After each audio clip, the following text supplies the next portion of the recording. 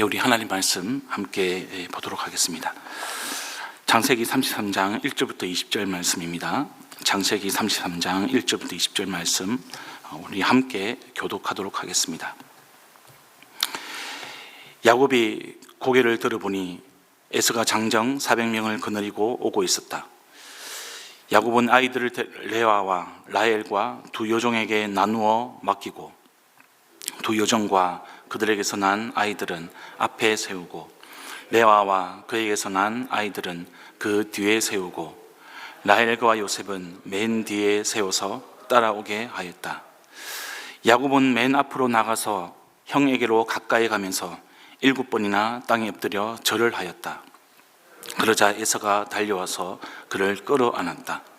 에서는 두 팔을 벌려 야곱의 목을 끌어안고서 입을 맞추고 둘은 함께 울었다.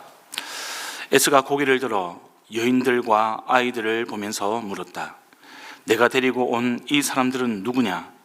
야곱이 대답하였다. 이것들은 하나님이 형님의 못난 아우에게 은혜로 주신 자식들입니다. 그러자 두 여종과 그들에게서 난 아이들이 앞으로 나와서 엎드려 절을 하였다. 다음에는 레아와 그에게서 난 아이들이 앞으로 나와서 엎드려 절을 하였다. 마지막으로 요셉과 라헬이 나와서 그들도 엎드려 절을 하였다. 에서가 물었다. 내가 오는 길에 만난 가축대는 모두 웬 것이냐? 야곱이 대답하였다. 형님께 은혜를 입고 싶어서 가지고 온 것입니다. 에서가 말하였다. 아우야, 나는 넉넉하다. 너의 것은 내가 가져라. 야곱이 말하였다. 아닙니다, 형님. 형님께서 저를 좋게 보시면 제가 드리는 이 선물을 받아 주십시오. 형님께서 저를 이렇게 너그럽게 맞아주시니 형님의 얼굴을 뵙는 것이 하나님의 얼굴을 뵙는 듯 합니다. 하나님이 저에게 은혜를 베푸심으로 제가 가진 것도 이렇게 넉넉하게 되었습니다. 그러니 제가 형님께 가지고 온 이 선물을 기꺼이 받아주시기 바랍니다. 야곱이 간곡히 군함으로 에서는 그 선물을 받았다. 에서가 말하였다. 자, 이제 갈 길을 서두르자. 내가 앞장을 서마. 야곱이 그에게 말하였다. 형님께서도 아시다시피 아이들이 아직 어립니다. 또 저는 새끼 딸린 양떼와 소떼를 돌봐야 합니다. 하루만이라도 지나치게 빨리 몰고 가면 다 죽습니다. 형님께서는 이 아우보다 앞서서 떠나십시오. 그렇게 하시면 저는 앞에 가는 이 가축대와 아이들을 이끌고 그들의 걸음에 맞추어 천천히 세일로 가서 형님께 나가겠습니다. 에서가 말하였다. 그렇다면 내가 나의 부하 며칠 너와 같이 가게 하겠다. 야곱이 말렸다. 그러실 것까지는 없습니다. 형님께서 저를 너그럽게 맞아주신 것만으로도 만족합니다. 그날로 에서는 길을 떠나 세일로 돌아갔고 야곱은 숫곳으로 갔다. 거기에서 야곱은 자기들이 살 집과 짐승이 바람을 피할 우리를 지었다. 그래서 그곳 이름이 숫곳이 되었다. 야곱이 밧단 아람을 떠나 가나안 땅의 세겜성에 무사히 이르러서 그 성 앞에다가 장막을 쳤다. 야곱은 장막을 친 그 밭을 세겜의 아버지인 하몰의 아들들에게서 은 100냥을 주고 샀다. 야곱은 거기에서 제단을 쌓고 그 이름을 엘로헤 이스라엘이라고 하였다. 아멘. 여러분, 오늘 이 말씀의 본문은 1절부터 4절, 3절, 또 4절부터 11절, 그리고 12절부터 17절, 그리고 나머지 이 부분, 이렇게 네 부분으로 나누어 볼 수 있겠습니다. 1절부터 3절까지 보시면 여러분 이제 형 에서를 맞이하는 동생의 야곱 태도를 볼 수 있습니다. 400명의 그 장정을 거느리는 이 에서를 보고서 야곱은 두려움을 가졌습니다. 근데 용감하게 담대하게 도망치지 않고 가장 앞장서서 에서에게 나가는 그런 야곱의 모습을 우리가 볼 수 있습니다. 심지어는 그 에서 앞에서 7번이나 땅에 엎드려서 절을 하고 있습니다. 이것은 당시에 종이 주인에게나 하는 그런 행동이었습니다. 그러니까 최고 수준의 이 존경과 복종의 의미를 담아서 야곱이 자기의 지난 잘못을 진심으로 뉘우치고 또 사과하고 형과의 관계를 회복하고자 하는 그런 의지를 보이고 있는 것이죠. 이런 야곱의 모습을 보면서 여러분, 우리는 우리의 연약한 또 우리의 부족함 때문에 깨어진 그런 관계를 어떻게 회복할 것인가, 우리의 자존심을 내려놓는 것이죠.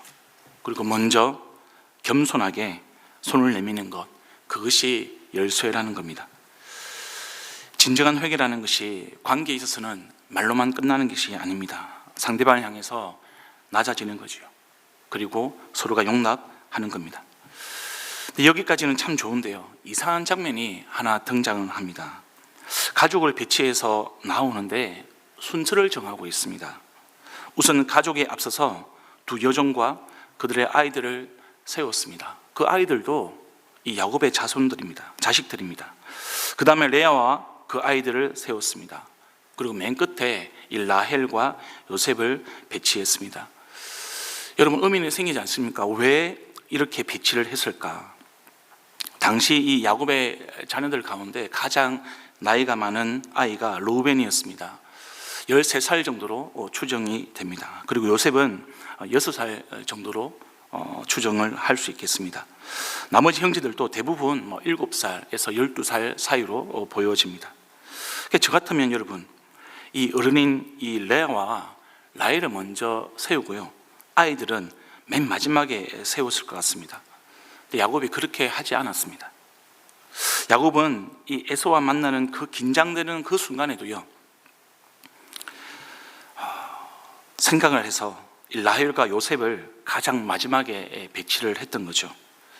아마도 앞선 행렬에 있는 이 요종들, 그리고 레아와 그리고 그들의 자녀들이 이 에서의 공격을 받을 때 가장 뒤에 있는 이 라헬 그리고 요셉이 도망칠 수 있는 시간을 벌기 위해서, 아니면 가장 늦게 위험에 노출되는 것, 그것을 노렸던 게 아닌가 싶습니다. 의도했던 거죠. 그래서 만약에 제가 레아였다면 굉장히 기분이 상하고요, 상처를 받았을 것 같습니다. 그래서 야곱에게 이 아버지라는 사람이 어떻게 지금 이렇게 할 수 있느냐, 지금 뭐 하는 것이냐, 이렇게 따져 물었을 것 같습니다.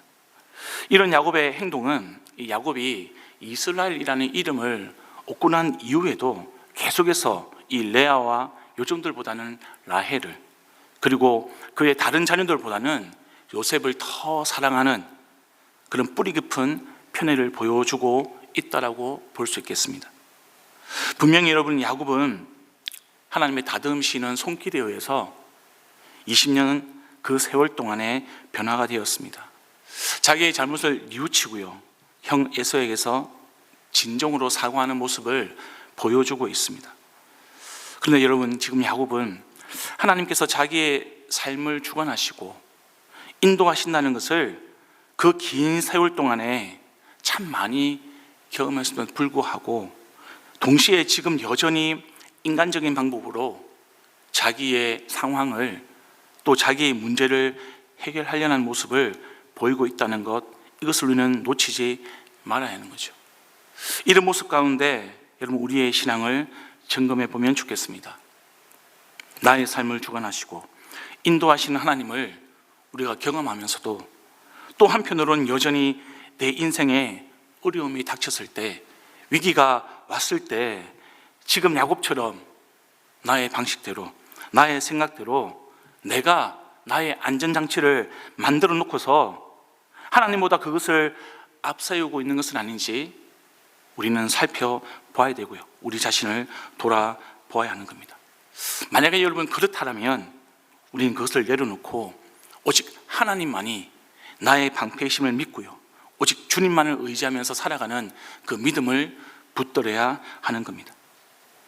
또한 여러분, 우리 마음속에 사람을 차별하는 것, 그냥 나하고 잘 맞는 사람들만, 그런 사람들과의 친분만을 강조하고 나만의 라헬, 내가 더 아끼는 대상, 그런 대상들만 내가 존경하고 존중하고 관계를 형성하는 것은 아닌지 돌아보기를 원합니다. 우리 하나님은 모든 사람을 동일한 사랑으로 대하십니다. 여러분, 우리가 그 하나님의 마음으로 우리 가정에서, 목장에서, 우리 교회 공동체에서 우리가 사람을 편애하는 모습은 없는지, 차별하는 모습은 없는지를 돌아볼 수 있었으면 좋겠습니다. 그래서 우리가 속한 이 공동체 안에서 우리가 편견 없이, 우리가 차별 없이 형제를 사랑하고 자매들을 사랑하는 그런 사랑의 공동체가 되기를 우리 주님의 이름으로 축복합니다. 여러분, 4절부터 11절 말씀을 보시면 이제 원수였던 형제가 20년 만에 만나서 서로 화해하는 모습을 보이고 있습니다. 형 에서가 달려갑니다. 그리고 야곱을 안고 입을 맞춥니다. 야곱은요, 에서를 위해서 준비한 귀하고 귀한 선물을 많이 에서에게 주고 있습니다. 에서는 처음에는 이 예물을 거절하다가 이 야곱의 진심을 알고서 그 선물을 받습니다. 근데 여러분, 이 단락의 핵심의 단어는 은혜라는 단어입니다. 에서는 야곱이 데려온 사람들이 누구인지를 묻습니다. 그 질문에 야곱은 하나님이 은혜로 주신 자식들이라고 대답을 합니다. 이어서 에서는 가축대에 대해서 물어봅니다. 그 질문에 대해서 야곱은 에서에게 은혜를 입고 싶어서, 내가 형에게 은혜를 입고 싶어서 가지고 온 것이라고 대답을 합니다. 그리고 에서의 얼굴을 보는 것이 마치 하나님의 얼굴을 보는 것 같다, 이렇게 이야기를 하죠. 이어서 하나님께서 자기에게 은혜를 베풀어 주셔서 넉넉하게 되었기 때문에 선물을 받아달라고 이야기를 하고 있습니다. 여러분, 여기서 말하는 은혜는요, 히브리어로 아랫사람에게 친절하게 몸을 굽히거나 숙이는 것을 이야기합니다. 또 값없이 호의를 베풀고 주는 것을 이야기합니다. 그리고 이 은혜의 주체는 하나님이시죠. 이 은혜를 베푸는 주어가 하나님이라는 것이 중요한 것입니다. 라반의 집에 오기 전에 야곱은 자기 인생을 자기의 힘으로 바꾸려고 했던 사람입니다. 그리고 그럴 수 있다고 생각했습니다. 자기 인생의 주체가 하나님이 아니라 자기 자신이었습니다. 네, 여러분, 20년 동안 지금 라반의 집에서 야곱은 깨닫습니다. 자기 인생은 주인이 자기가 아니라 하나님이라는 사실을 경험합니다. 그리고 그 모든 것이 은혜라는 것을 깊이, 정말 깊이 경험하게 되는 것이죠. 성도 여러분, 그리스도인의 변화는 삶의 주어가 나에서 하나님으로 바뀌는 겁니다. 문제 해결의 열쇠가 나의 능력에서 나오는 것이 아니라, 나의 방법에서 나오는 것이 아니라 하나님의 은혜로 바뀌는 것이 바로 그리스도인의 변화인 거죠. 여러분, 야곱은 특별히 이 인간의 갈등, 대인 관계가 어떻게 하나님의 은혜로 바뀌어지는가를 우리에게 잘 보여주고 있습니다. 한 공동체에서 서로 대립하고요, 갈등하고 서로 마음이 맞지 않아서 힘들고 상대방에게 불편한 마음이 들 때가 있습니다. 때로는 미워하는 마음이 생길 수 있고요, 그 사람을 피하고 싶은 그런 마음이 들 때가 있습니다. 여러분, 그럴 때 우리가 훈련해야 할 부분은 하나님께서는 죄 많은 나를, 불편한 나를, 하나님과 무관하게 살아갔던 그런 나를, 참 부족하고 연약하지만 끝까지 품으시고 인내하시고 포기하지 않고 구원해 주셨다는 사실입니다. 지금 야곱도 마찬가지죠. 이 야곱의 인생을 보면서 하나님께서 나에게 베풀어 주신 그 구원의 은혜를 생각하면서 우리는 우리의 대인관계를 풀어가야 하는 겁니다. 그 가운데서 특별히 우리 공동체 안에서 생기는 갈등, 어려움, 그런 불편함들을 우리가 어떻게 이겨낼 것인가, 어떻게 풀어갈 것인가, 은혜인 것이죠. 은혜입니다. 하나님께서 나에게 베풀어 주신 은혜를 생각하면서 그 문제를 풀어가는 겁니다. 그렇다면 우리가 감당하지 못하는 그런 갈등은 없다라고 저는 확신합니다. 더 이상 여러분, 우리 인생, 우리가 주어가 되는 것이 아니라 오직 하나님이 주어가 되셔서 그렇게 우리의 형제 자매의 관계를 풀어갈 수 있기를 간절히 소망합니다. 여러분, 12절부터 17절까지 말씀을 보시면 야곱이 이제 에서와 화해하고 나서요, 이 에서가 같이 가자라고 이야기를 합니다. 그 제안에 대해서 정중하게 거절하는 모습을 보고 있습니다. 그리고 자기의 속도에 맞게 하나님의 약속의 땅을 향해서 한 걸음 한 걸음 가는 여정을 담고 있습니다. 야곱은 이 에서의 속도에 맞춰 가다가는 자기의 가족과 짐승이 위험해진다는 것을 알았습니다. 그래서 정중히 그 형의 제안을 거절합니다. 그리고 세일로 가는 에서를 따라가지 않습니다. 여기까지는 참 좋았습니다. 근데 이후에 야곱은 이 베델이라는 그 지역에서 서원했음에도 불구하고요, 베델이 그 목적지임에도 불구하고 그는 세겜이라는 지역에서 장막을 치고 밭을 사고 있습니다. 비옥하고 문명이 발달한 그런 지역이 바로 세겜이었습니다. 그 지역에 지금 야곱은 제단을 쌓고 그 이름을 엘 엘로의 이스라엘이라고 지금 부르고 있는 것이죠. 이 뜻은 하나님, 이스라엘의 하나님, 그 나의 하나님이라는 겁니다. 그 고백 참 귀합니다. 하나님의 인격적으로 만난 이후에 자신의 힘이 아니라 나는 오직 하나님의 소유다, 하나님이 나의 인생의 주인이다, 나는 하나님의 능력으로만 살겠다라고 고백을 하고 있습니다. 너무나 귀한 고백인데요, 또 한편으로 보면 그가 왜 세겜에 정착했을까? 왜 베델로 더 이상 나아가지 않고 있을까? 세겜이 주는 안정감, 세겜이 주는 세상적인 그런 평안함, 그것을 중요하게 생각하기 때문에 그렇습니다. 사랑하는 성도 여러분, 지금 세겜은 야곱이 정착할 그런 땅이 아니었습니다. 그는 세겜을 떠나서 자기가 서원했던, 하나님과 약속했던, 하나님이 부르시는 땅 베델로 나아가야 했습니다. 세겜은 경유지였습니다. 목적지가 아닙니다. 정착지가 아닙니다. 근데 지금 그 경유지를 종점으로, 목적지로 삼고 있는 그런 야곱의 모습을 우리가 보고 있는 것이죠. 이런 실수와 잘못 때문에 여러분 34장에 가면 큰 어려움을 겪습니다. 이 야곱의 딸 디나가 성적으로 욕을 당하는 큰 문제가 발생하게 되는 것이죠. 사랑하는 성도 여러분, 우리가 외적으로 보이는 평안함, 풍족함, 풍요로움, 안정감, 그것이 여러분 끝이 아니고요, 그것이 우리의 목적이 아닙니다. 하나님께서 우리에게 말씀해 주시는, 그리고 약속해 주시는 목적지는 따로 있습니다. 그게 바로 사명의 자리죠. 부르심의 자리입니다. 모든 일이 잘 풀린다고 해서 그것이 우리가 정착해야 할 목적지가 아니라는 겁니다. 거기서 여러분 우리가 자리를 잡고 종점으로 삼아야 할 그런 땅이 아니라는 것이죠. 하나님이 부르시는 베델로 가야 한다는 것을 우리는 잊어서는 안 됩니다. 그것이 여러분, 저와 여러분의 사명지이고요, 하나님께서 불러서 우리로 하여금 하나님의 동역자로, 하나님의 사역자로 삼는 그 목적지를 우리가 잊어서는 안 되는 것입니다. 우리 신앙생활에 있어서 정말 중요한 것은 외적인 평안함에 머무르는 것이 아니라 부르심의 자리 베델로 올라가라는 그 주의 말씀을 기억하고요, 그 땅으로 가야 하는 겁니다. 그 말씀에 순종하는 겁니다.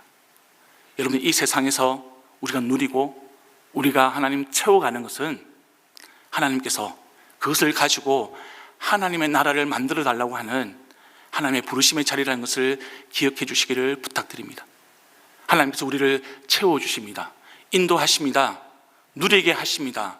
그러나 여러분, 우리의 누림과 우리의 채워짐은 하나님께서 이 땅 가운데 이루고자 하시는 하나님 나라를 함께 만들어 가자고 하는 그 사명의 자리라는 것을 기억해 주시기를 부탁드리겠습니다.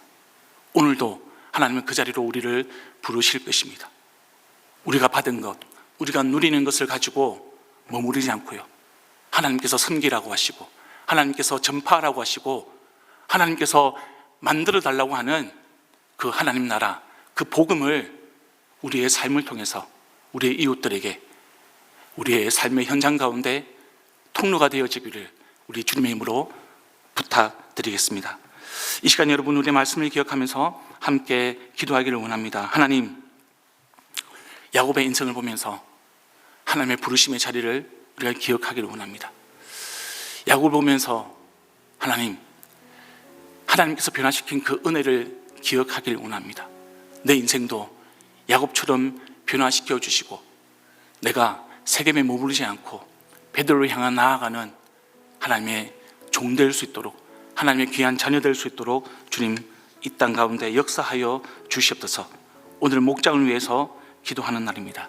하나님, 우리의 목장이 세겜이 아니라 베들이 될 수 있도록 도와주시고, 삶의 변화는 야곱이 변화했던 그 하나님의 손길이 될 수 있도록 주님 도와주시고, 목장 안에서 우리가 은혜로 우리의 형제 자매들의 관계를 풀어갈 수 있도록 모든 상황과 모든 관계 가운데 오직 은혜로 하나님 대할 수 있도록 도와주시옵소서. 교회 일정을 위해서 함께 기도하기를 원합니다. 여러분, 5월 달에 어린이 주일, 어버이 주일, 교사 주일 우리가 기억하고 또 기념하는 주일이 많이 있습니다. 여러분, 이 주일들을 통해서 우리의 가정이 하나님이 기뻐하시는 가정 될 수 있도록, 우리의 가정이 하나님께서 복의 통로가 되는 그런 가정으로 삼아 주시옵소서. 그런 공동체로 삼아 주시옵소서. 그리고 가지고 나오신 기도 제목으로 계속 개인의 기도를 이어가도록 하시겠습니다. 함께 기도합니다.